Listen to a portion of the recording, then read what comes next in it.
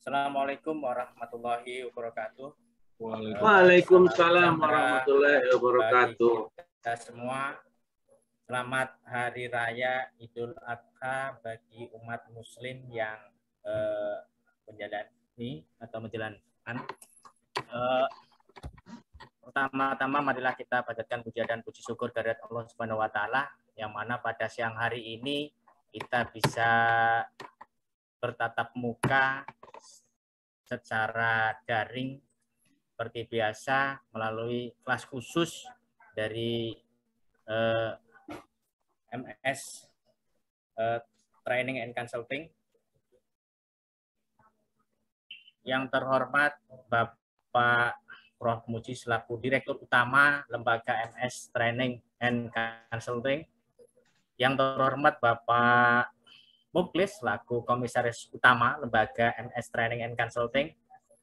Yang terhormat Bapak Dr. Andes Agus Jatmiko, SHMM, Widya Iswari, ahli muda dari Kementerian ATR BPN. Yang terhormat Bapak, Ibu, sahabat MS Training and Consulting yang hadir dalam ruang Zoom siang hari ini. Bapak, Ibu, sahabat kelas khusus MS Training and Consulting semuanya. Perkenalkan, saya Suyadi Patmo, JF PPBJ dari bagian pengadaan barang jasa Sidra Kabupaten Rembang, akan memandu Bapak Ibu semuanya di kelas khusus MS Training Consulting ini selama kurang lebih 90 menit ke depan, berbincang-bincang terkait dengan bedah buku A sampai dengan Z mengenai pengadaan tanah. Ini berarti kalau bedah buku ini nanti sangat akan terang benderang bagaimana sih pengadaan tanah itu gitu ya. Berdasarkan dengan Undang-Undang Nomor 2 Tahun 2012, berdasarkan PP Nomor 19 Tahun 2021, PP-nya Permen ATBR-nya juga sesuai dengan PP, yakni di Permen ATR BPN Nomor 19 Tahun 2021 tentang ketentuan pelaksanaan peraturan pemerintah Nomor 19 Tahun 2021 tentang penyelenggaraan pengadaan tanah bagi pembangunan untuk kepentingan umum. Ya, di sinilah. Nanti untuk siang hari ini akan dikupas tuntas oleh beliau Bapak Agus Jatmiko terkait dengan pengadaan tanah ini. Jangan sampai Bapak Ibu semuanya terlewat untuk menyimak, terlewat untuk menyampaikan case-case yang memang pernah dialami terkait dengan pengadaan tanah. Beliau ini adalah ahlinya, ahli muda terkait dengan pengadaan tanah atau berasal dari Kementerian ATR BPN. Oke, Bapak Ibu, sahabat kelas khusus MS Training and Consulting semuanya, sebelum kegiatan ini dimulai, akan kami bacakan ketentuan-ketentuan terkait dengan peraturan dalam mengikuti kelas khusus ini. Yang pertama, peserta mengikuti kegiatan sesuai dengan jadwal yang ditentukan.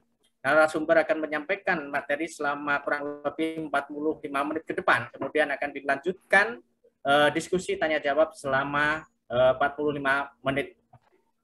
Yang ketiga, peserta mengajukan pertanyaan bisa melalui klik tombol raise hand dan juga bisa melalui di ruang Zoom, dan nanti bagi peserta yang melakukan pertanyaan lewat raise hand akan diberi kesempatan oleh moderator untuk bertanya secara langsung. Mohon maaf, ternyata Bapak Agus Jatmiko ini ahli utama. Mohon maaf Bapak. Jadi beliau ini Bapak Dr. Andes Agus Jatmiko, SHMN, ini merupakan Widya Iswara ahli utama dari Kementerian ATR BPN. Mohon maaf Bapak, tadi saya lanjutkan terkait dengan ketentuannya. Yang kelima adalah peserta mengisi post-test atau daftar hadir yang nanti akan mendapatkan sertifikat kehadiran. Yang keenam, sertifikat paling cepat akan tercetak 2 kali 24 jam setelah kegiatan ini selesai. Oke, Bapak Ibu, sahabat kelas khusus MS Training and Consulting, sebelum acara kita mulai, marilah kita berdoa sejenak menurut agama dan kepercayaan yang diyakininya. Berdoa mulai.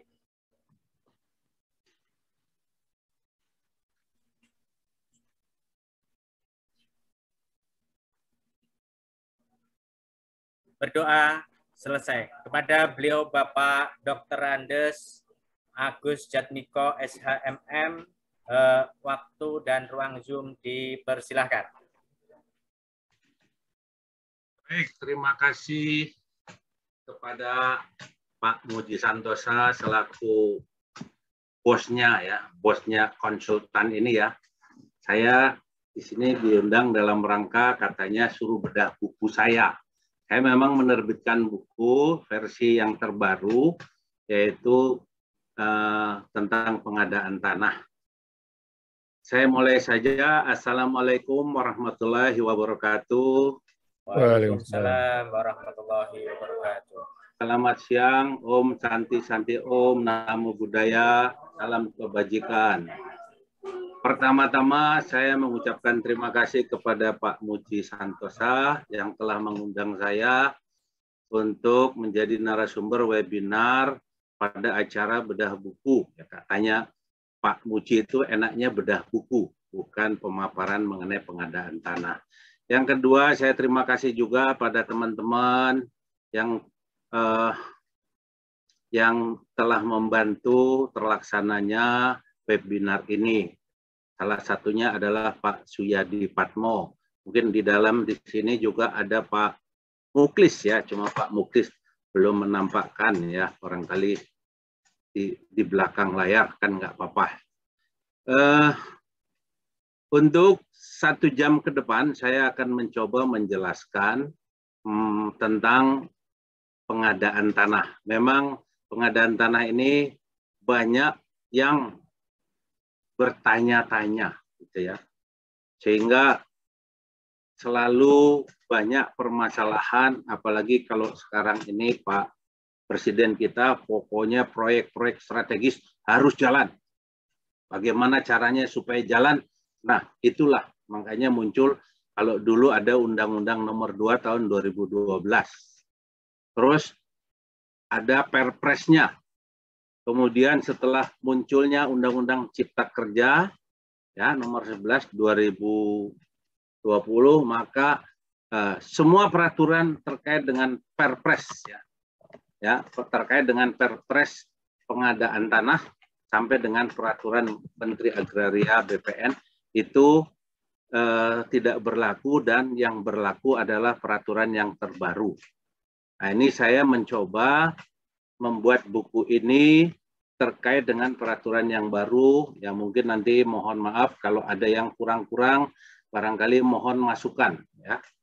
Karena ini juga saya buat dalam rangka pembelajaran saya maupun pembelajaran teman-teman, mungkin bisa untuk bahan bacaan.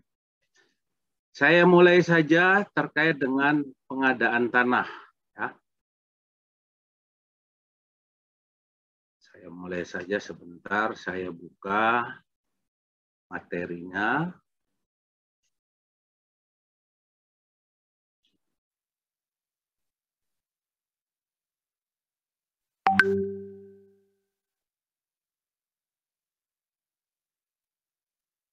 Baik, sudah kelihatan, Pak? Sudah, Pak. Pak Moderator, sudah ya? Baik. Sudah, Pak. Baik. Nama saya Agus Jatmiko. Ya, kalau Pak Muji sudah hafal tuh kalau saya memperkenalkan diri. Nama saya Agus Jatmiko, dipanggil Agus boleh, dipanggil Jatmiko boleh, dipanggil Miko boleh kalau untuk Indonesia bagian timur, dipanggil Gus boleh, karena kalau di Jawa Timur yang namanya dipanggil Gus Wahid, Gus Dur, itu bagus ya. Kemudian boleh dipanggil Agus, boleh. Boleh dipanggil Jatmiko, juga boleh. Pak, karena postur Bapak gendut, boleh nggak dipanggil gendut? Tidak apa-apa. Yang penting, asal jangan dipanggil sama KPK, Kejaksaan, dan Kepolisian. Jadi seorang ASN yang sukses baik yang menangani pengadaan barang dan jasa, menangani pengadaan tanah, menangani kegiatan lain, itu kalau sampai dengan pensiun, bahkan sampai almarhum, tidak dipanggil sama yang tiga. Kalau dipanggil sebagai saksi, nggak apa-apa, tapi hati-hati. Saksi bisa jadi naik, gitu ya. Nah, harapan saya, Bapak Ibu, dengan memahami peraturan ini, tidak dipanggil sama yang tiga dalam proses pengadaan barang dan jasa. Nah, kemudian tadi sudah disampaikan oleh Pak Moderator bahwa saya sekarang ini sebagai widyaswara ahli utama atau trainer ya di Kementerian ATR BPN. Kemudian selain di Kementerian ATR BPN, saya juga sebagai trainer di LKPP dari mulai PBJ level 1 sampai level 4 ya. Level 1, 2, 3, 4 itu jakungnya.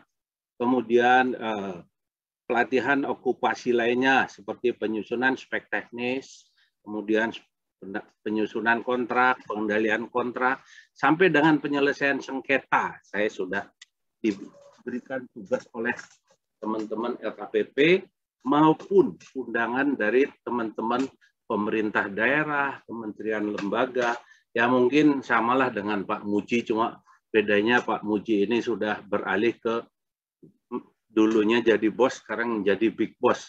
Jadi punya konsultan sendiri. Sertifikat mungkin saya 1 sampai dengan ya, sertifikat trainer kepemimpinan dari LAN, trainer Latsar CPNS kalau saya mengajar di internal atau di lembaga pelatihan di kementerian, lembaga, kemudian sertifikat procurement dari LKPP, tadi yang saya sampaikan, ya, dari mulai level 1 sampai level 4, kalau dulu tingkat dasar, sekarang tingkat dasar sudah menggunakan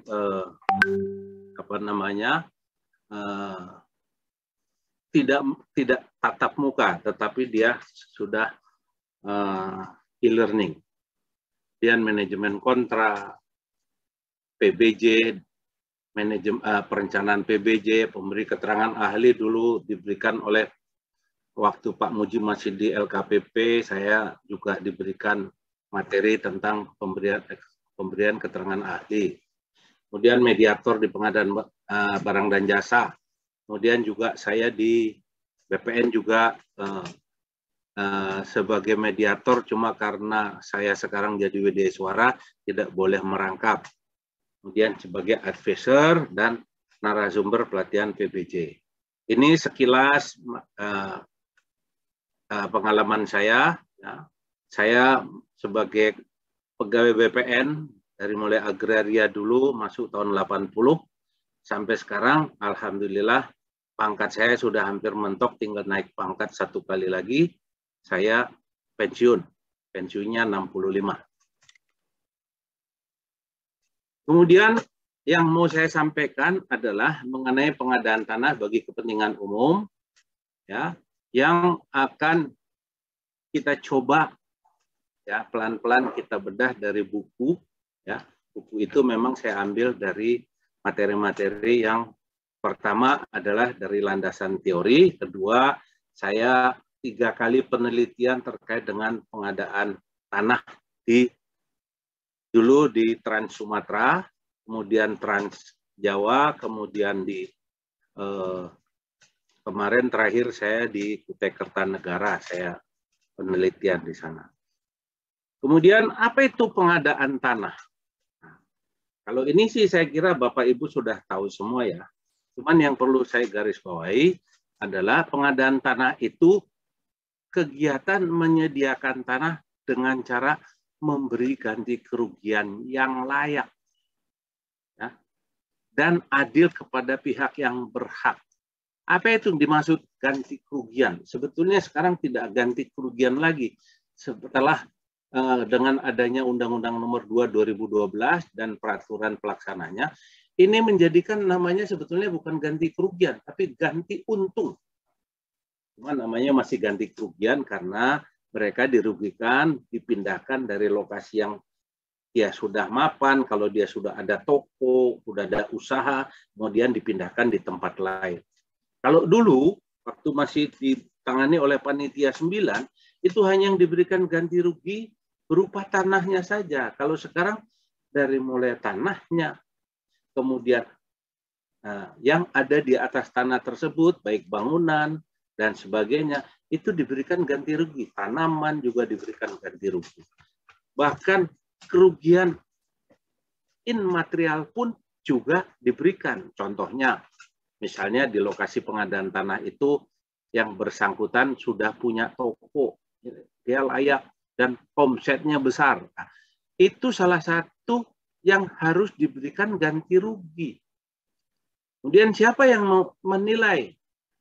Ya, yang menilai itu sesuai dengan peraturan ya yang dikeluarkan oleh BPN adalah appraisal yang punya sertifikat sebagai appraisal, kemudian punya lisensi dari Kementerian ATR BPN. Melalui apa? Ada pelatihannya tingkat dasar maupun menengah. Setelah itu diperoleh dan lulus, baru mendapatkan sertifikat lisensi dari Kementerian ATR BPN. Tadi ada pertanyaan, Pak, kalau yang menilai bukan ditunjuk oleh BPN, ya nggak bisa sepanjang yang bersangkutan tidak mempunyai lisensi dari Kementerian ATR BPN, yang bersangkutan tidak bisa. Kecuali kalau itu dalam jasa konsultansi, sifatnya adalah badan usaha. Badan usaha pun harus terdaftar di Kementerian ATR BPN. Itu terkait dengan pengadaan. Bagaimana kalau kepentingan umum? Nah, ini kepentingan umum juga banyak. Nanti saya akan coba uraikan yang Undang-Undang 2 2012 berapa, kemudian yang setelah muncul atau terbitnya UU CK, Undang-Undang Cipta Kerja, kemudian PP, nanti sudah berubah, ada tambahan 3 lagi. Kepentingan umum yaitu merupakan kepentingan bangsa, negara, dan masyarakat yang harus diwujudkan oleh pemerintah dan digunakan sebesar-besarnya untuk kemakmuran rakyat. Nah, ini kriteria kepentingan umum. Kemudian ganti kerugian, diberikan penggantian yang layak dan adil kepada pihak yang berhak dalam proses pengadaan tanah. Tadi juga ada pertanyaan, Pak, kalau pengadaan tanah itu tidak melalui appraisal, ya monggo silahkan. Tapi kalau untuk yang di atas 5 hektar, hukumnya wajib menggunakan appraisal karena diatur oleh undang-undang, PP maupun peraturan Menteri Agraria dan Tata Ruang Badan Pertanahan Nasional. Kemudian objek pengadaan tanahnya. Nah, kalau dulu waktu panitia 9 cuma tanahnya saja. Bangunan, tanaman di atasnya tidak diberikan. Kalaupun diberikan tidak sesuai. Bahkan dinilainya tahun ini 2-3 tahun baru dikenakan ganti rugi. Nah, itu kan betul-betul ganti rugi, makanya enggan masyarakat untuk dipindahkan digusur, kalau dulu namanya digusur, dipindahkan, diberikan ganti rugi karena mereka rugi. Nah, kalau yang sekarang itu ada batasan waktunya, sehingga batasan waktu itu tidak boleh keluar dari waktu-waktu yang telah ditentukan, kecuali ada hal-hal tertentu yang memang tidak mungkin kalau tidak mundur. Ini tanah, bangunan, tanaman lainnya, ruang atas bawah tanah, benda lain yang berkaitan dengan tanah, dan lain-lain yang dapat dinilai tadi seperti kerugian imaterial, toko digusur, warung digusur, dan sebagainya. Kemudian, ini kita lihat jenis kepentingan umum. Kalau dulu kepentingan umum di Undang-Undang Nomor 2 2012 itu cuma ada 18. Nah, sekarang dengan Undang-Undang Cipta Kerja dan PP ditambah lagi. Ada 3, yaitu kawasan industri hulu dan hilir, minyak dan gas. Itu yang pertama, tambahannya. Yang kedua, kawasan ekonomi khusus yang diprakarsai dikuasai oleh pemerintah pusat, pemerintah daerah, BUMN atau BUMD. Nah, ini kawasan ekonomi khusus. Dulu belum ada. Nah, ini tambahan. Kemudian apalagi? Kawasan industri yang diprakarsai oleh pusat, pemerintah daerah, BUMN. Ini tambahannya 3 dari yang tadinya 18 menjadi 21. Nah, ini mungkin perlu Bapak cermati. Banyak pertanyaan-pertanyaan, Pak, kalau untuk ini bisa nggak pengadaan tanahnya melalui kepentingan umum? Kalau masuk yang di 21 ini, berarti dia masuk kriteria kepentingan umum. Kalau yang tidak masuk di dalam 21 kriteria ini, maka dia tidak masuk ke kepentingan umum. Bagaimana kalau bukan kepentingan umum? Ya, prosedurnya adalah proses pengadaan tanah yang biasa. Ya, nanti aturannya berbeda lagi. Kemudian dasar hukum pengadaan tanah bagi kepentingan umum yang terbaru. Ya, yang pertama Undang-Undang Nomor 22 tetap masih berlaku. Kedua, ada Undang-Undang Nomor 11 tahun 2020 tentang Cipta Kerja. Di sana mengatur tentang yang tadi tambahan 3 tadi. Karena di sini Undang-Undang Cipta Kerja itu mengedepankan termasuk UMKM juga di sini dikedepankan untuk dalam rangka penciptaan lapangan pekerjaan. Dari turunan Undang-Undang Nomor 2 2012 dan Undang-Undang Cipta Kerja, muncullah peraturan pemerintah Nomor 19 tahun 2021 tentang penyelenggaraan pengadaan tanah bagi pembangunan untuk kepentingan umum. Dari sini maka diturunkan lagi ya, Permen. Ini yang baru ya, yang baru. Kalau ini yang Perpres ini masih yang lama karena ini masih diberlakukan untuk proses percepatan pelaksanaan proyek strategis, kemudian tentang pendanaan pengadaan tanah untuk kepentingan umum dalam rangka proyek strategis, itu ada ya pengelolanya, ada Elmen, ada APBN atau APBD, kemudian Undang-Undang Perpres Nomor 62 tentang penanganan dampak sosial kemasyarakatan dalam rangka penyediaan tanah. Ini peraturan penunjangnya dalam rangka pelaksanaan pengadaan tanahnya. Kemudian dari PP 11 2021 memang sudah didesain oleh Kementerian ATR supaya memudahkan diingat, maka Permen ATR-nya pun Nomor 19 tahun 2021.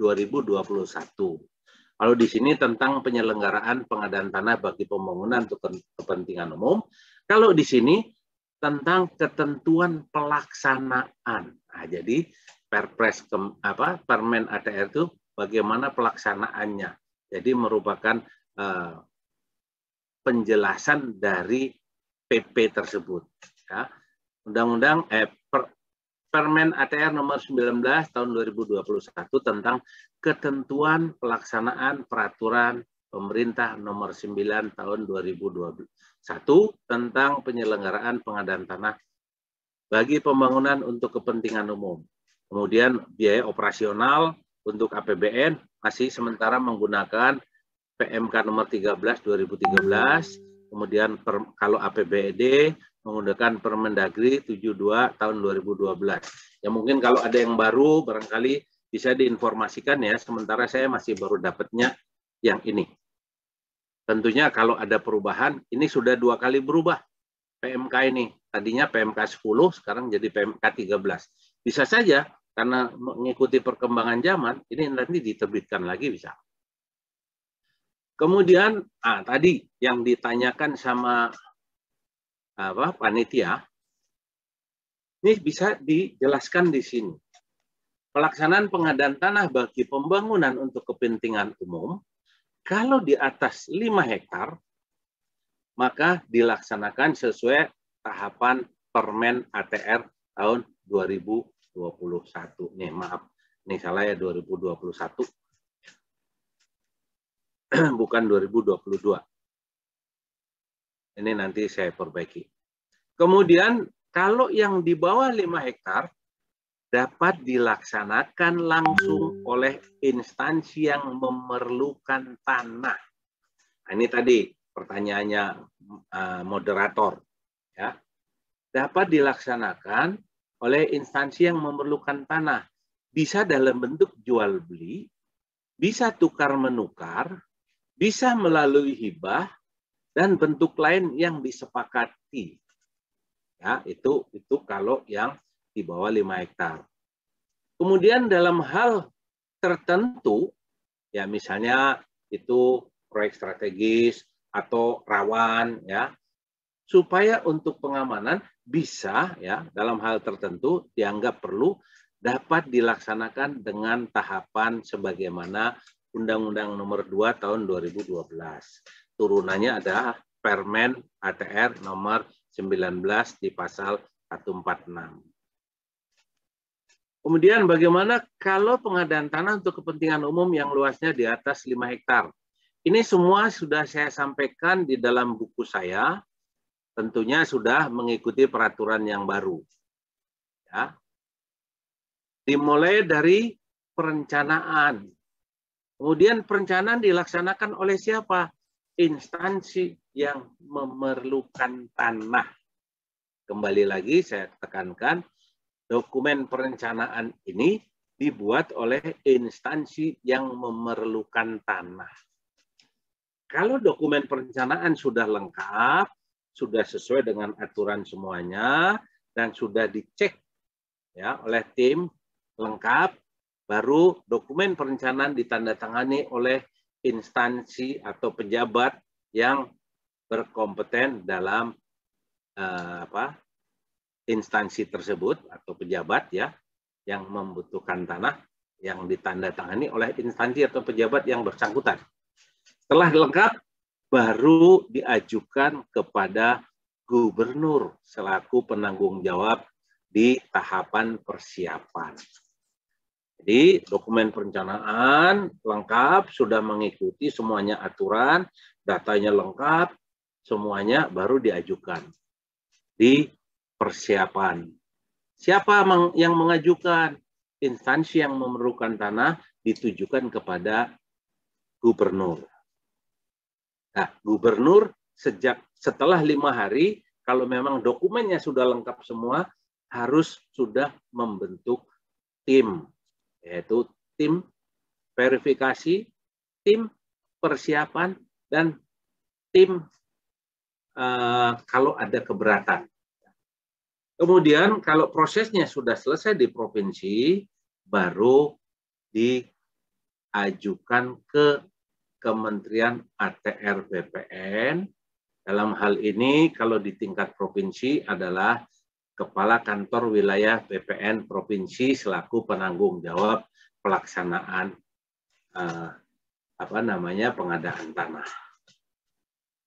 Kemudian yang keempat adalah penyerahan hasil. Jadi kalau proses pengadaan tanahnya sudah selesai dilakukan oleh Kementerian ATR BPN, maka semua dokumen pelaksanaan pengadaan tanah diserahkan oleh tim pelaksana, selaku ketua timnya adalah Kakanwil, diserahkan kepada instansi yang memerlukan tanah. Dan kalau sudah lengkap semua dokumen-dokumennya dan tidak ada permasalahan lagi, maka instansi yang memerlukan tanah mengajukan penerbitan sertifikatnya kepada Kementerian ATR BPN. Itu secara garis besar.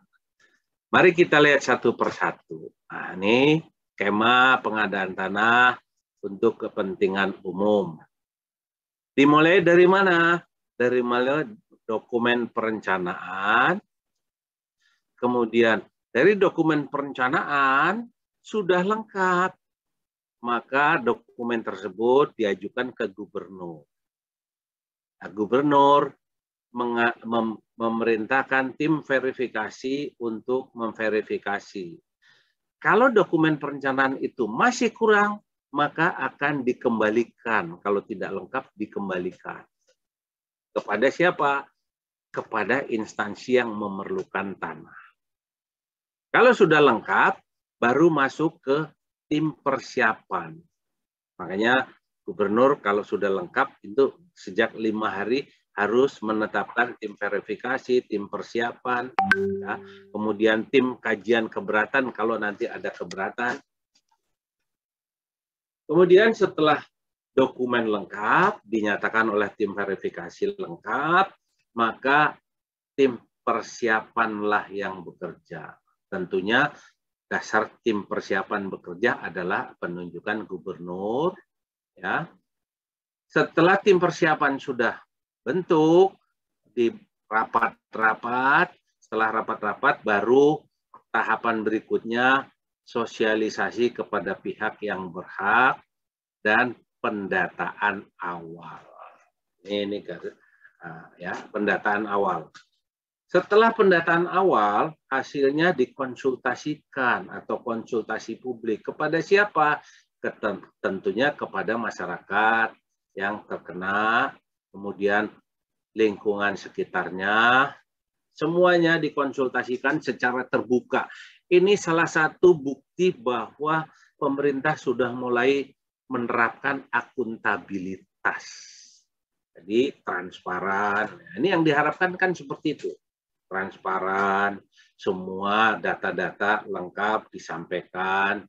Kemudian setelah itu baru kalau konsultasi publik awal kira-kira masih belum, ya, maka bisa atau dapat dilakukan konsultasi publik ulang.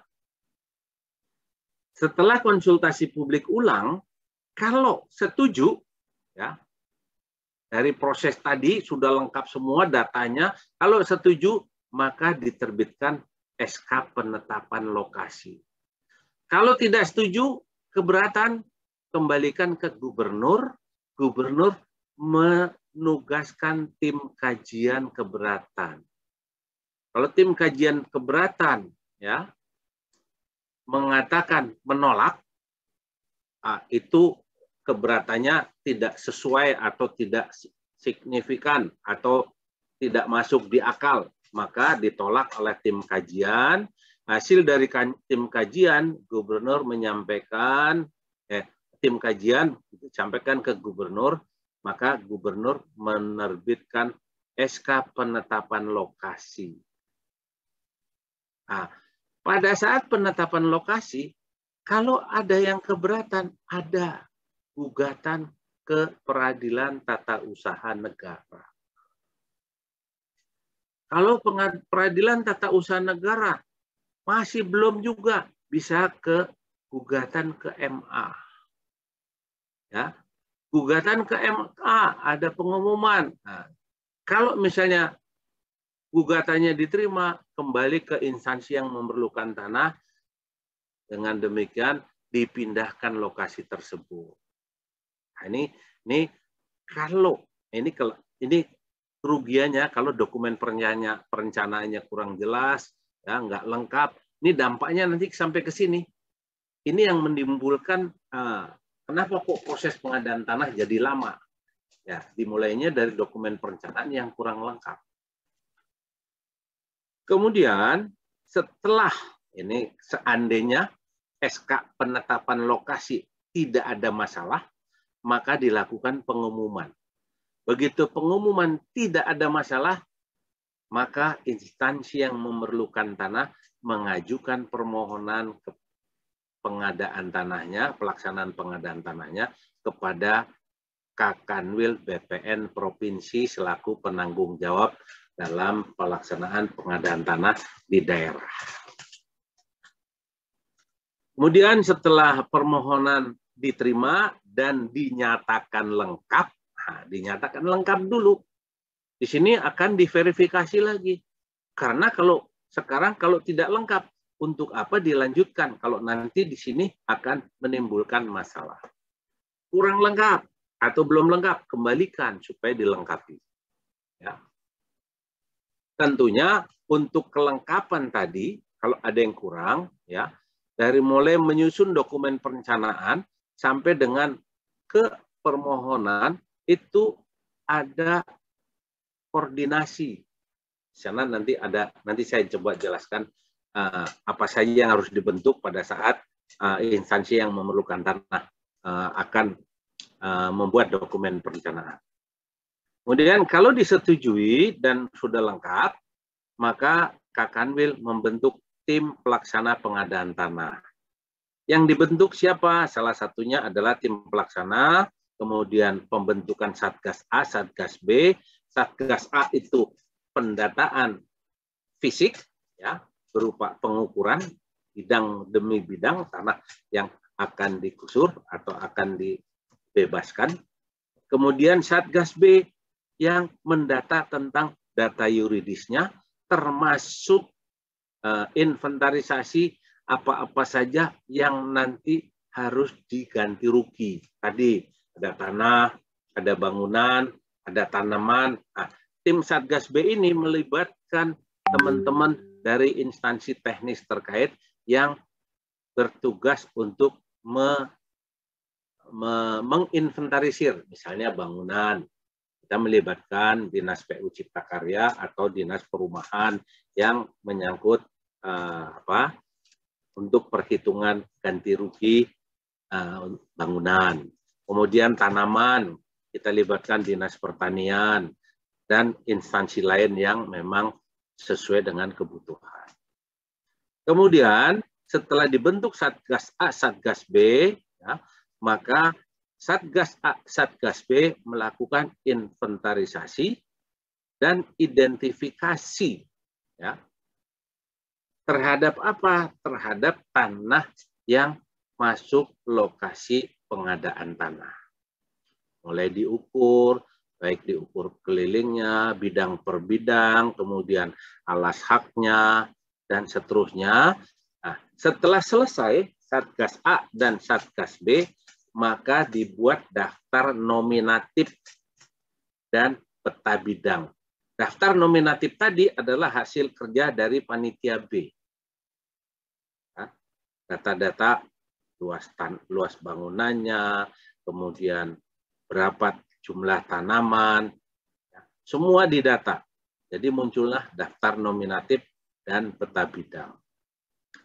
Ya, setelah muncul daftar nominatif dan peta bidang, ya, maka seperti biasa dilakukan verifikasi. Ya, verifikasi biasanya diumumkan di desa, ya, diumumkan di desa. Kalau ada yang keberatan, maka keberatan itu disampaikan kepada Satgas A atau Satgas B sesuai dengan keberatannya. Kemudian diverifikasi ulang oleh Satgas A dan Satgas B, diperbaiki. Daftar nominatif dan peta bidang yang sudah diperbaiki, sudah oke, tidak ada masalah. Inilah sebagai dasar untuk menentukan berapa besaran ganti kerugian oleh tim appraisal. Ya. Oke. Kemudian untuk proses penilaian, biasanya dan bukan biasanya, itu appraisal itu proses pengadaannya dilakukan oleh PPK di mana tempat atau lokasinya biasanya PPK di tempat yang memerlukan tanah. Kalau di PU ada PPK dari Dinas PU. Ya, kalau Pemda ada PPK-nya di sana. Jadi dibentuk atau ditunjuk tim appraisalnya oleh atau di proses pengadaannya, ya, bisa penunjukan bisa pengadaan langsung, bisa seleksi, jadi tergantung besaran nilainya. Proses pengadaan selesai, sebelum ditetapkan, ya, maka koordinasi dulu PPK dengan BPN. Saya mau menunjuk PT A, konsultan A atau appraisal A. Kira-kira bagaimana? Dicek sama BPN. Oh ya, sudah terdaftar, sudah punya lisensi BPN. Cek, oh anggota MAPI, oh sudah ada sertifikat dari Kementerian Keuangan. Oke, silakan tunjuk. penetapannya bukan oleh tim pelaksana, tetapi oleh PPK. Cuma PPK minta pertimbangan. Jadi bukan appraisal itu yang menentukan BPN, tapi biasanya PPK minta pertimbangan. Kenapa? Berdasarkan pengalaman dari BPN, PTA kemarin itu mengerjakannya nggak benar, kena blacklist, masuk daftar hitam, berarti kan nggak boleh kan gitu. Nah ini BPN tuh mempertimbangkannya itu. Ada yang beda pendapat, wah kok BPN ikut menetapkan, padahal proses pengadaannya nggak ada penetapan. Tidak menetapkan, cuma memberikan pendapat atau rekomendasi sebelum ditetapkan sebagai calon pemenang. Supaya apa? Di kemudian hari pada saat penaksiran ganti kerugian tidak bermasalah karena nanti hasilnya di sini. Ya. Setelah ditetapkan tim penilainya atau appraisalnya atau konsultannya, ya. Nah, di sini dilakukan penaksiran harga oleh penilai. Memang di sini ditulis penetapan penilai oleh Ketua Panitia Pengadaan Tanah. Sebetulnya kalau prosedur pengadaannya tetap penetapan pemenangnya oleh PPK, tetapi dengan persetujuan oleh Ketua Panitia Pelaksana. Karena apa? Dampaknya nanti pada saat pelaksanaan pengadaan, kalau nggak benar di sini akan rame dan bahkan mungkin timbul permasalahan. Itu yang sering terjadi konsinyasi atau dititipkan di pengadilan karena di sini muncul permasalahan. Hanya perlu. Kemudian setelah ditetapkan, maka tim penilai atau panitia penilai atau jasa konsultan penilai pertanahan melakukan penaksiran ganti kerugian. Berdasarkan apa? Berdasarkan daftar nominatif dan peta bidang yang sudah dibuat, sudah diumumkan, sudah diverifikasi masyarakat. Kalau sini tidak ada masalah, pasti ke sini tidak ada masalah. Setelah ganti kerugian dinilai oleh appraisal, itu sebagai bukti untuk musyawarah ganti rugi yang akan dilaksanakan oleh panitia pelaksana pengadaan tanah. Kalau musyawarah ganti rugi setuju, maka proses selanjutnya adalah pemberian ganti rugi. Pemberian ganti rugi tidak langsung dalam bentuk uang, mereka diminta untuk membuat rekening. Jadi nggak ada lagi uang cash seperti dulu, bawa karung-karungan. Itu yang muncul KKN itu dulu korupsi di situ. Jadi dibuatlah pemberian ganti ruginya di hadapan panitia, di hadapan tim tim penilai pun ikut di sini. Kalau dulu nggak, sekarang ikut di sini ya, ikut dalam proses pemberian ganti rugi. Jadi kita saling koreksi.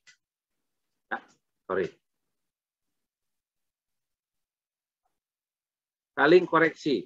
Jadi di sini pemberian ganti rugi pun tim penilai atau appraisal ikut di dalamnya.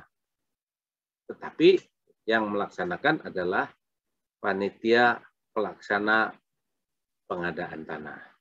Ya. Kalau setuju pemberian ganti kerugian, proses. Setelah proses selesai semuanya, pelepasan hak dari tanah milik, tanah hak guna usaha, hak guna bangunan, atau tanah yang lainnya, dilepas prosesnya menjadi tanah negara dulu. Setelah menjadi tanah negara, baru dimohonkan ke Kanwil BPN untuk diterbitkan haknya. Biasanya diberikan hak pakai. Kalau untuk APBN, APBD, itu hak pakai selama dipergunakan. Ya. Tetapi kalau pada saat musyawarah ganti rugi, ya, mereka atau masyarakat tidak setuju, maka dapat diajukan ke pengadilan negeri ya untuk dimintakan pengadilan negeri untuk memproses. Ya, ini nggak kelihatan nih. Terus full. Salah. Nanti bisa di apa? Bisa di share ini nanti. Kalau tidak setuju ke pengadilan negeri, kalau tidak setuju masuk ke MA juga, Mahkamah Agung. Kalau Mahkamah Agung setuju, proses pemberian ganti rugi. Nah, ya, proses pemberian ganti rugi. Kemudian pelepasan hak, ajukan permohonan. Setelah permohonan diajukan, proses kalau pemberian SK haknya sesuai dengan kewenangan masing-masing. Kalau kewenangan pusat, maka diterbitkan SK haknya oleh Kementerian ATR BPN. Kalau kewenangan Kakanwil, SK haknya diterbitkan oleh Kakanwil. Kalau di SK-nya cukup kantor pertanahan, diterbitkan oleh kantor pertanahan. Setelah SK hak diberikan, maka muncullah atau terbitlah sertifikat tanah. Oke, berikutnya. Masih berapa jam kita? Masih ada waktu ya? Oh, sorry. Nanti selesai pukul jam 3, Pak. Ya, oke. 3, Pak. Ya, nanti ya seperempat lagi ya. Ya, oke. Ini sebetulnya sudah saya jelaskan tadi, cuman saya coba jelaskan secara sepintas. Ini ganggu nih. Baik, pada tahapan perencanaan. Tahapan perencanaan, dokumen perencanaan pengadaan tanah dapat disusun secara bersama-sama oleh instansi yang memerlukan tanah bersama dengan instansi teknis terkait. Nah, ini pentingnya di sini. Kalau dulu ya belum ada peraturan, ini di PP-nya diatur, kemudian di permennya ada juga diatur. Itu dokumen perencanaan ya dapat disusun secara bersama-sama oleh instansi yang memerlukan tanah bersama dengan instansi teknis atau dapat dibantu oleh lembaga profesional atau ahli yang ditunjuk oleh instansi yang memerlukan tanah. Nah, ini bisa dengan lembaga profesional. Kemudian mekanisme tahapan perencanaan. Di tahap persiapan perencanaan, instansi yang memerlukan tanah membentuk tim dan tugasnya. Timnya ada tim utama dan tim pendamping. Tim utama adalah pejabat, instansi, dan lembaga profesional atau ahli. Ini bisa masuk pada saat perencanaan, appraisal juga boleh masuk. Ya. Karena apa? Untuk supaya dokumen perencanaannya bagus, sesuai dengan kondisi ya existing yang ada, berapa perkiraan nilainya, bisa melibatkan lembaga profesional, antara lain tadi tim appraisal, kemudian pejabat atau instansinya.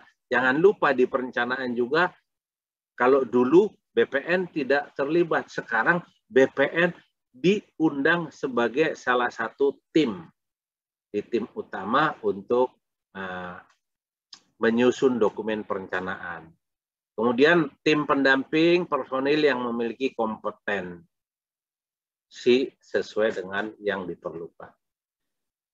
Kemudian pada saat pelaksanaan, apa yang harus dilakukan oleh tim pelaksana? Ketua tim pelaksana menyampaikan surat permintaan, data pertanahan, dan data terkait atau data teknis terkait yang diperlukan dalam penyusunan DPPT, ya, dokumen perencanaan pengadaan tanah, kepada kepala kantor dan instansi teknis.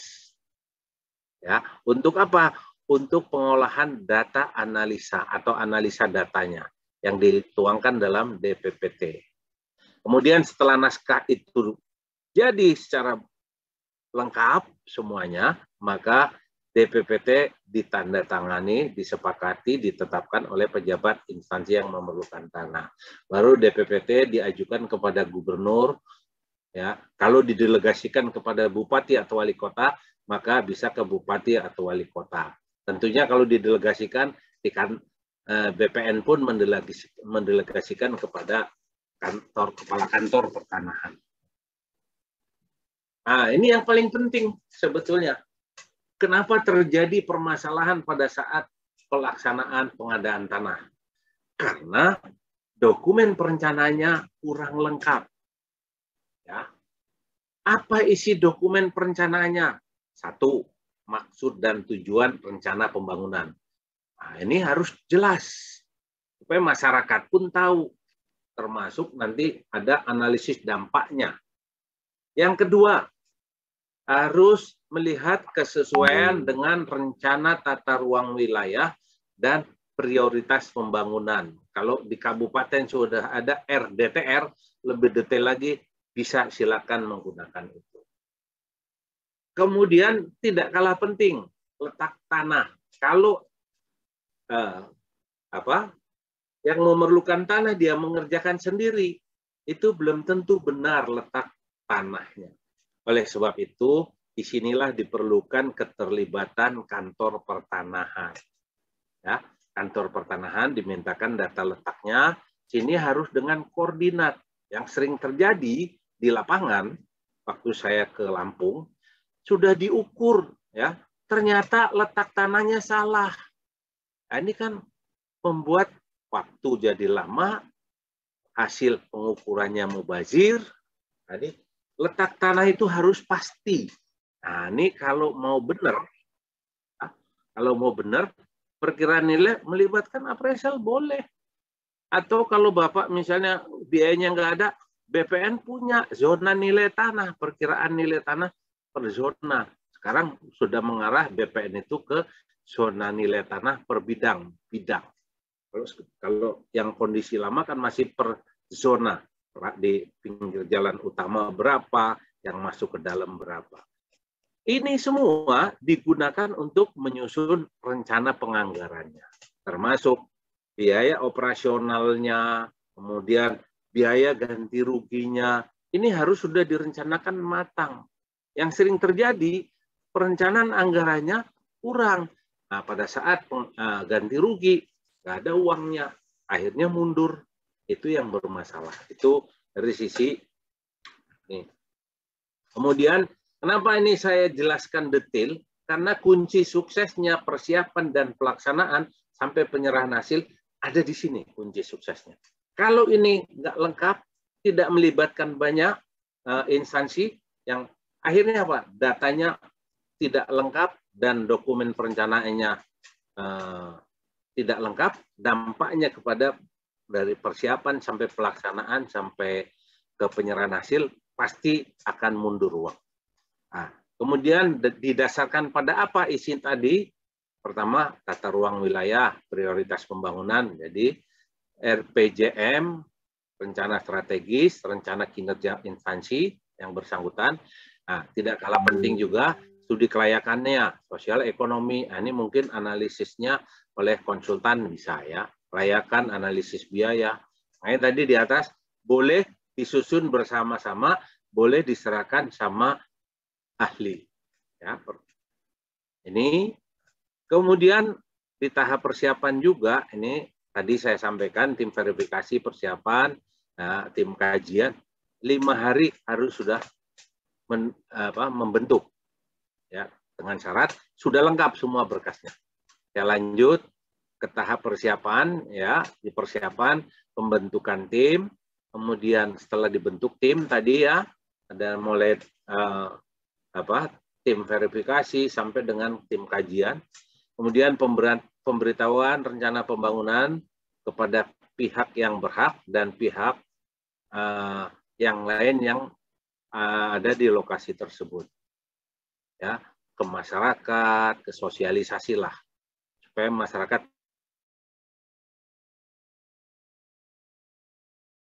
Kemudian pendataan awal lokasi rencana pembangunan. Nah, berdasarkan data perencanaan tadi, Kalau data perencanaan sudah lengkap, maka pendataan awal ini juga akan lengkap dan akurat. Jadi nggak ada masalah. Ini prosesnya cepat. Tapi kalau dokumen perencanaannya tidak benar atau tidak lengkap, ini masalah di sini. Di persiapan. Pendataan awal tidak sesuai. Konsultasi publik pasti ribut. Karena apa? Data awalnya tidak lengkap. Sampai konsultasi publik ulang. Tidak juga, akhirnya ada keberatan. Begitu keberatan, mau penyiapan SK penetapan lokasi, masalah lagi. Kemudian pengumuman, apalagi pengumuman. Sampai SK penetapan saja, itu masih bermasalah. Nah, ini yang perlu digarisbawahi adalah dokumen perencanaan harus betul-betul matang, mempertimbangkan segala sesuatu, termasuk anggarannya. Saya kira ini pelaksanaannya, ini tadi penjabarannya ya. Nah, sekarang ke pelaksanaan. Tadi persiapan. Kalau tadi persiapan oleh gubernur, ya penanggung jawabnya gubernur, dapat didelegasikan ke bupati atau wali kota dalam rangka efisiensi. Nah, kalau lokusnya cuma di satu kabupaten, gubernur lokasinya jauh dari gubernuran, bisa didelegasikan, tapi tetap tanggung jawabnya di gubernur. Begitu juga di tahapan pelaksanaan. Ini tanggung jawabnya Kanwil BPN Provinsi. Dari mulai penyiapan pelaksanaan, inventarisasi dan identifikasi, sampai dengan pengumuman, verifikasi bidang dan daftar nominatif yang sudah benar, kemudian pengadaan penilai pertanahan, yang tadi melibatkan ketua panitia, tentunya itu melihat layak nggak ditunjuk sebagai calon pemenang atau ditunjuk sebagai pelaksananya. Kemudian penaksiran ganti kerugian itu bersama-sama panitia pelaksana didampingi oleh appraisal. Kalau dulu nggak, sekarang sudah di dalam aturannya diatur appraisal boleh di sana. Jadi bisa prosesnya ini pemberitahuan besarnya ganti rugi diketahui juga oleh appraisal. Kalau memang ada keberatannya apa, bisa saja diperbaiki. Kemudian divalidasi, setelah validasi, oke, setuju pembayaran ganti kerugian dan pelepasan hak. Nah, kalau dari proses ganti rugi masih ada yang keberatan atau ada subjek haknya yang tidak diketahui, mungkin dia luar negeri, dia punya beli, tapi tidak diketahui orangnya, dititipkan. Nah, titipannya kemana? Ke uang ganti kerugian dititipkan ke pengadilan. Ada prosesnya, ada aturannya. Kemudian baru penyerahan hasil kalau tidak ada masalah.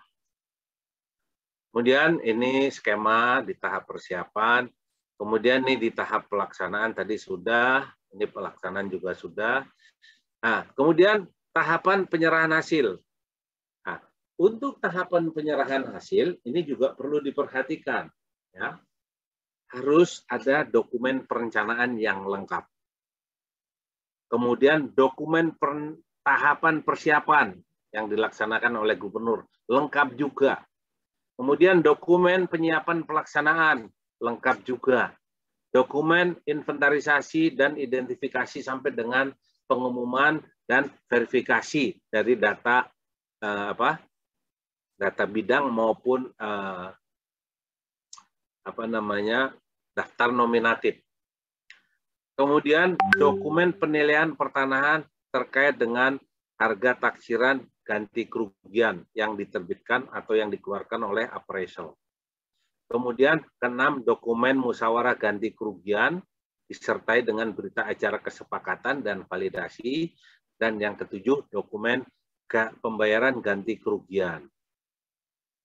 Ya, 7 itu dokumen pembayaran ganti kerugian dan berita acara pelepasan hak. Tentunya di dalamnya ada kwitansi tanda terima. Ya. Nah, proses kwitansi hanya tanda tangan, uangnya masuk ke bank. Jadi nggak ada transaksi dalam bentuk uang cash, tidak ada.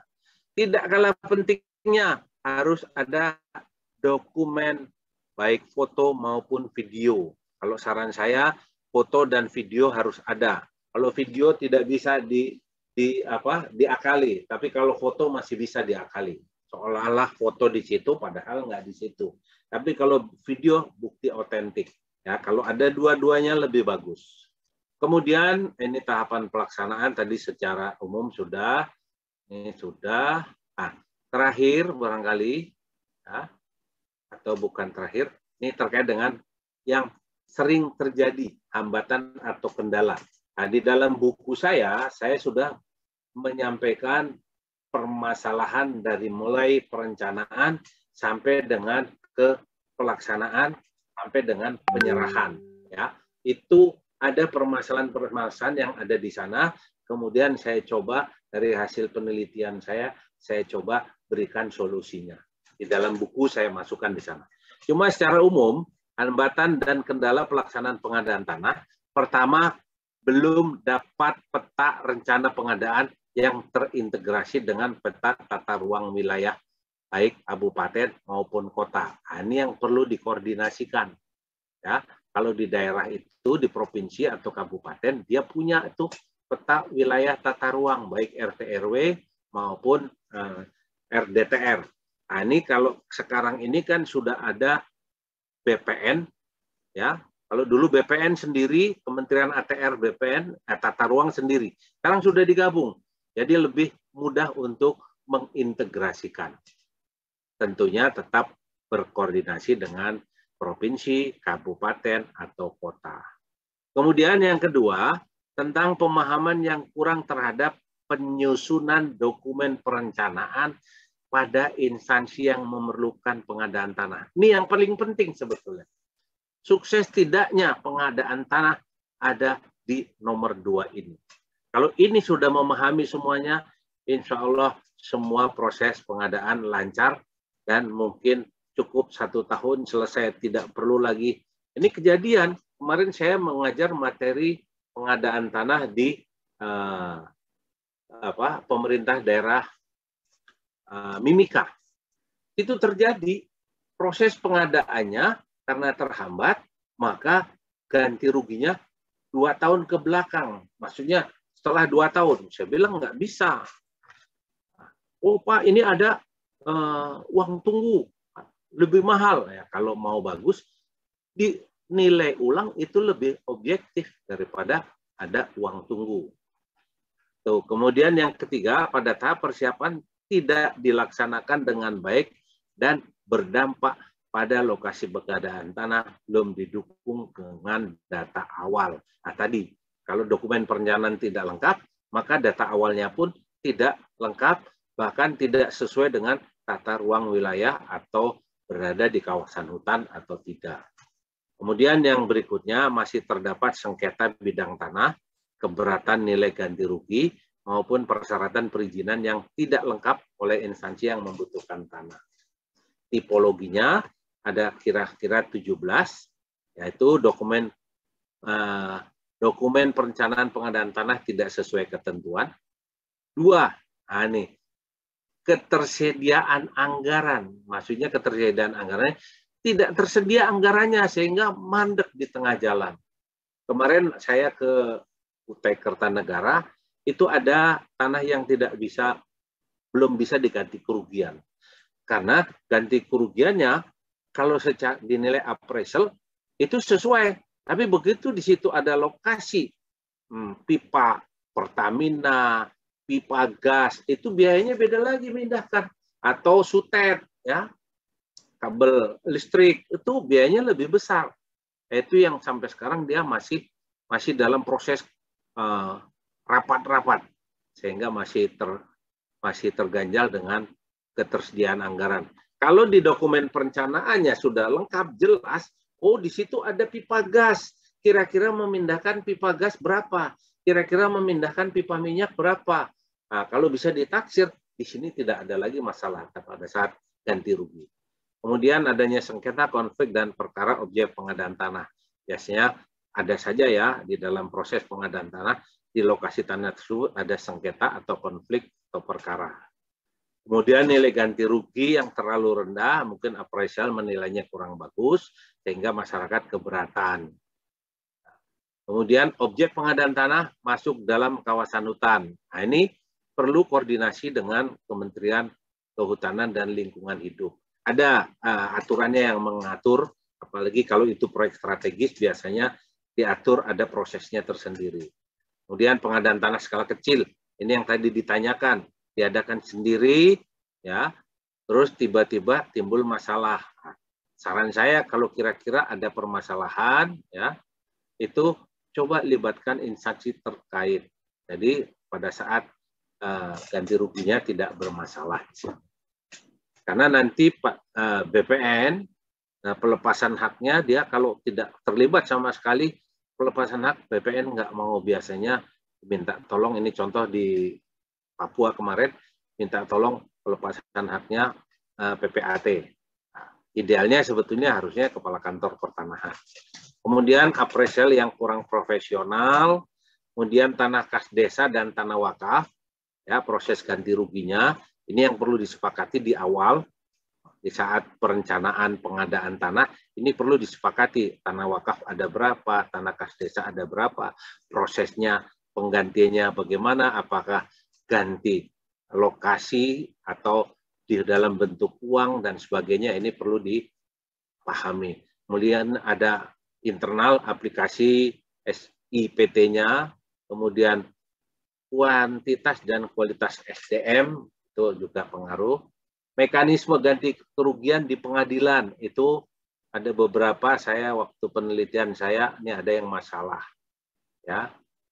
Kemudian penetapan lokasi, kemudian biaya operasional pengadaan tanah, ya. Untuk kalau di APBN itu ada diatur di peraturan PMK nomor 13, kalau di pemerintah daerah APBD di Permendagri nomor 72. Kemudian objek pengadaan tanah tidak diketahui pemiliknya, tadi saya cerita nih. Inilah yang salah satunya dititipkan ke pengadilan. Kemudian penetapan lokasi tidak sesuai keadaan, tidak sesuai kaidah pemetaan. Dan musyawarah ganti kerugian, kemudian peralihan atas tanah sebelum penlok terbit. Nah, ini pada saat sebelum penlok terbit, kalau sudah pendataan awal, harusnya sudah tidak perlu lagi ada transaksi dan peralihan hak. Nah, ini kalau ini masih ada peralihan hak, nanti muncul itu yang namanya orang yang banyak duit beli tanah di situ, nanti dia dapat ganti rugi, masyarakat dirugikan, yang dapat uang banyak adalah yang membeli, karena diiming-imingi oleh yang banyak duit. Baik, saya kira itu yang bisa saya sampaikan. Mungkin ini ada sekedar informasi. Faktor kunci sukses pengadaan tanah terletak dimulai dari perencanaan yang baik dan akurat, kepastian ketersediaan uang ganti rugi atau biaya operasional pelaksanaan pengadaan tanah dipastikan ada, jangan sampai berangan-angan begitu proses ganti rugi uangnya tidak tersedia. Itu kasus kemarin yang saya sampaikan di Mimika, itu kejadian. Akhirnya bermasalah, masyarakat nggak mau dikenakan ganti rugi, kemudian pemerintah nggak punya uangnya kalau besar. Ini karena perencanaannya tidak lengkap, tidak tersedia anggaran. Kemudian tidak adanya penundaan waktu. Tata kelola yang baik dalam pelaksanaan pengadaan tanah, ini harus ada rincian biaya operasional, rencana jadwal kegiatan, kualitas daftar nominatif dan peta bidangnya harus lengkap, jelas, tidak ada masalah, kepatuhan terhadap jangka waktu pelaksanaan sesuai peraturan perundang-undangan. Kemudian dokumen yang berkualitas terdiri dari peta bidang dan daftar nominatif yang berkualitas, karena ini digunakan untuk penilaian appraisal untuk menilai ganti rugi tanah yang atau ganti kerugian tanah dan objek yang ada di atas tanah tersebut. Pelepasan hak dan ganti rugi itu sering terjadi karena adanya keberatan. Kemudian dokumen penyerahan Dan penyerahan ini banyak yang terjadi kalau tanahnya itu bersertifikat, kemudian sepotong kena ganti rugi, sepotong tidak, idealnya itu harus di split sync dulu. Sehingga dokumen penyerahan hasilnya sudah tanah yang sudah di split sync. Ini yang terjadi, sertifikatnya masih gabung, tapi yang separuh sudah masuk di perencanaan, yang ganti rugi, yang separuh belum, itu belum dipecah, itu juga untuk penyerahan ganti ruginya itu bermasalah. Kemudian sinergi dan koordinasi antar kementerian lembaga dan pihak terkait itu juga sangat diperlukan. Kunci suksesnya terletak dari ini semuanya. Baik, terima kasih. Itu yang bisa saya sampaikan secara singkat. Kalau untuk lebih detailnya, Bapak Ibu kalau berminat ya, untuk membeli buku saya, ya, silakan. Saya nggak memaksakan, ya. Bentar, saya katanya Pak Muji harus ditampilkan. Mana ya? Oh, salah.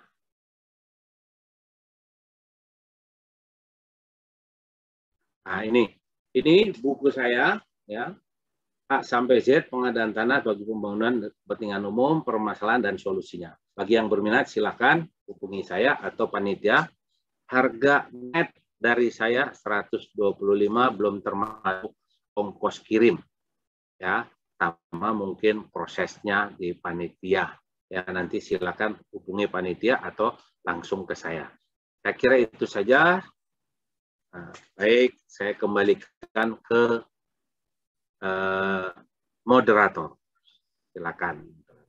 Oke, terima kasih Pak Dr. Randes Agus Jasmiko yang sudah memaparkan begitu gamblangnya. Mudah-mudahan para peserta ini sudah paham betul ya. Mudah-mudahan. Kalau belum, tentu harus membeli bukunya Pak Agus sehingga sebagai bahan referensi juga untuk menambah hasanah pengetahuan terkait dengan pengadaan jasa. Alhamdulillah ini sudah ada yang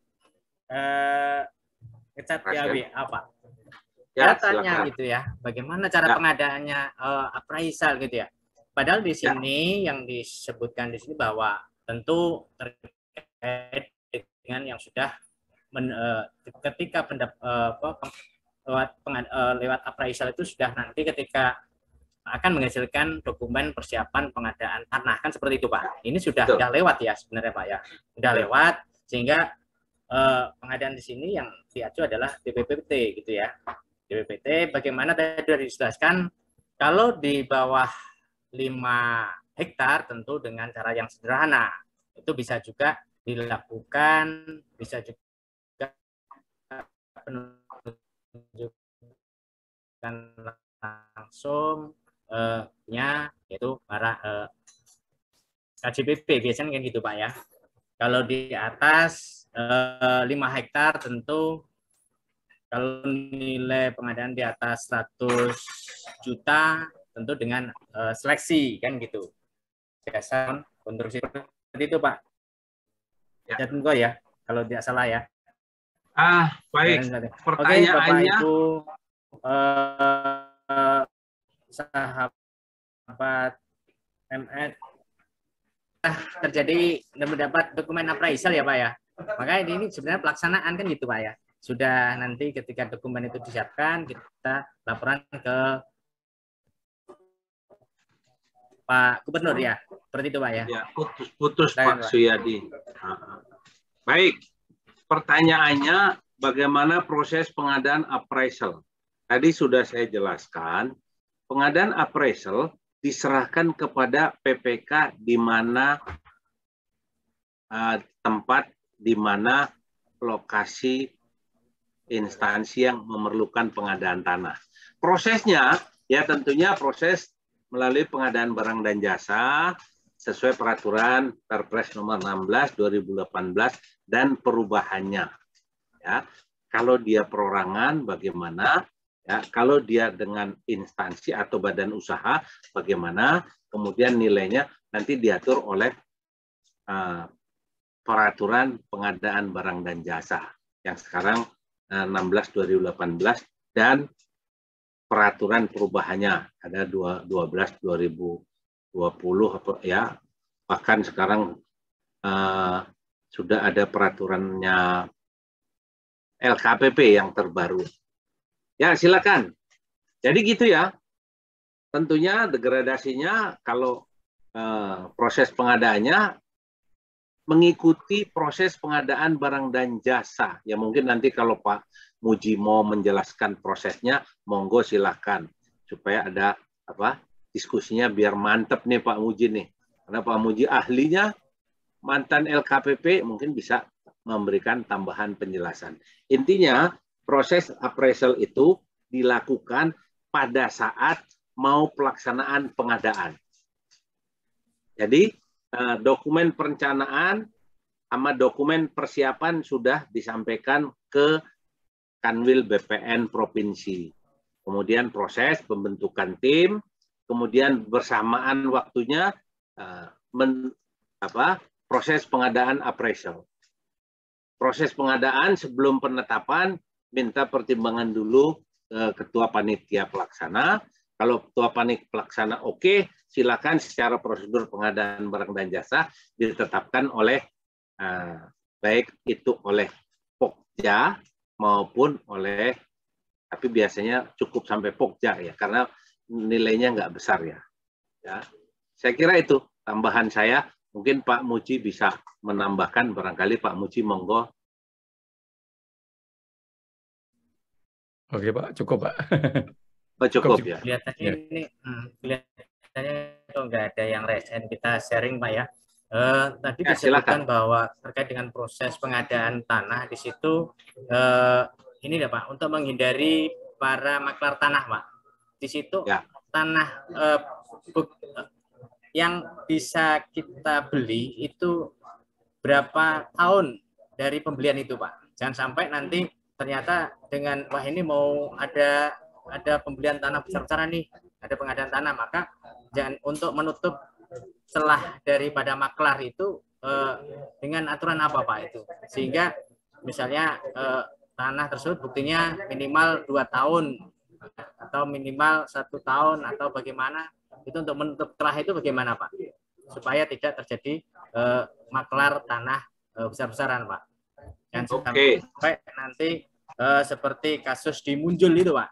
Nah itu kan bisa itu ya, jangan sampai terjadi seperti itu. Baik, terima kasih Pak Suyadi. Sebetulnya pada saat penyusunan dokumen perencanaan, disitulah tidak boleh ada lagi transaksi. Makanya tadi masih ada proses pelaksanaan, masih ada transaksi. Disitulah tidak boleh ada transaksi lagi. Apalagi sudah masuk di dokumen persiapan, ada pendataan awal. Di situ setelah pendataan awal tidak boleh ada lagi transaksi alias status quo. Ya. Nah, itu munculnya maklar tanah atau tuan tanah itu pada saat mau ditetapkan sebagai lokasi pengadaan tanah yang ditetapkan oleh gubernur. Ya. Kalau sudah data awal, itu dari pendataan awal sampai dengan penetapan, sampai dengan pelaksanaan tidak boleh ada lagi transaksi. Nah, yang sering terjadi itu ada transaksi, sehingga itu yang menyulitkan kita. Ya. Karena menyulitkan kita nggak mau proses. Kalau bermasalah, lari ke pengadilan. Ya. Tapi intinya, kalau tanah itu belum bersertifikat, ya, tanah itu harus dikuasai oleh masyarakat ya selama 20 tahun, dikuasai dan dipergunakan selama 20 tahun dengan surat pernyataan bukti keterangan menguasai tanah selama 20 tahun. Surat pernyataan. Kemudian diketahui oleh lurah ya setempat. Ya, aparat desa setempat gitu. Jadi untuk proses sertifikat pun seperti itu. Kalau itu tanah negara, kemudian mau diajukan permohonan haknya, ya kalau tidak ada surat lain-lain, mungkin ada PBB, kemudian dari PBB itu dibuat surat pernyataan keterangan bukti penguasaan fisik selama minimal 20 tahun. Baru bisa diproses sertifikasi. Ya, itu intinya seperti itu. Kalau ada transaksi, ya transaksinya tadi pada saat dokumen perencanaan disusun, kemudian pendataan awal, itu tidak boleh lagi ada transaksi, alias status quo ya. Apalagi sudah penetapan lokasi, itu nggak boleh ada lagi transaksi. Ya kalau itu terbukti ada transaksi, ya nggak berlaku lah. Ya nanti kalau bermasalah ya larinya ke pengadilan, tapi intinya harusnya tidak boleh. Karena apa? Sudah dilakukan sosialisasi, ya kepala desa, camat, semua pemerintah aparat daerah itu sudah tahu bahwa itu lokasi untuk pengadaan tanah, sehingga tidak diterbitkan lagi surat bukti penguasaan fisik, tidak dikeluarkan lagi akte jual beli, baik akte jual beli oleh PPAT sementara atau oleh notaris dan sebagainya, itu tidak boleh lagi. Saya kira itu Pak Suyadi. Oke Pak, terima kasih atas pemaparan dan penjelasannya. Mungkin ada sahabat MS Training and Consulting yang lain ingin mengajukan pertanyaan, mumpung belum diakhiri acara pada siang hari ini. Mungkin ada. Dan sampai nanti terjebak masalah seperti di kasus Mujul itu, kan gitu. Mari kita mitigasi risiko dengan memperkaya referensi gitu ya. Apalagi ini sudah ketemu kepada ahlinya. Ya, ini beliau ini Pak Agus selaku Widya Aswara, ahli utama dari Kementerian ATR BPN.